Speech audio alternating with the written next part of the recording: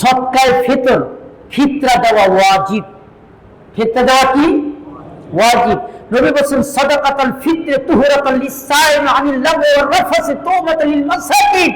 তোমরা সদকায়ে ফিতর এটাই মাহে রমজানে দিবাই, এই জন্য তোমার রোজার মধ্যে অনেক ভুল ত্রুটি হয়ে গেছে, কাউকে হয়তো গালি দিচ্ছ, হয়তো কুলি করতে গেছে একটু সমস্যা হয়ে গেছে, সঠিক টাইমে ইফতারি হয় নাই, সঠিক টাইমে সেহেরি হয় নাই, চোখের নজরটা ভালো হয় নাই, কোন সময় কি ত্রুটি হয়েছে তুমি তো জানো না।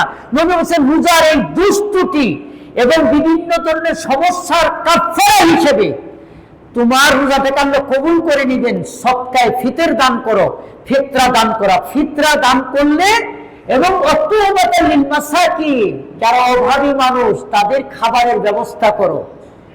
তা আমরা ফিতরা দেই, হিসাব করি ওটা ফিতরা কত, 110 টাকা। ভুলশিট ইসলামিক ফাউন্ডেশন থেকে প্রতি বছরই ফিতরা 5 ধরনের লোকের জন্য 5 রকম ওয়াজিব। ভালো করে বুঝে নেন, সবাই ইনকাম কি এক? কেউ 20,000 টাকা ইনকাম করে, তার জন্য ফিতরা 110 টাকা, মানে আটা বা গম 1 কেজি 600 গ্রামের মূল্য 110 টাকা, ঠিক আছে। কিন্তু যে ব্যক্তি মাসে 1 লাখ টাকা ইনকাম করে, 80,000 টাকা ইনকাম করে, সে করে 110 টাকা দিবে? ইসলাম বলে না, সে 3 কেজি 300 গ্রাম, যার দাম মূল্য হলো 595 টাকা বা 600 টাকা, যার ইনকাম আর একটু বেশি 1 লাখ টাকা, 80,000 টাকা, 70,000 টাকা, সে 595 টাকা দিয়ে ফিতরা দিবেন।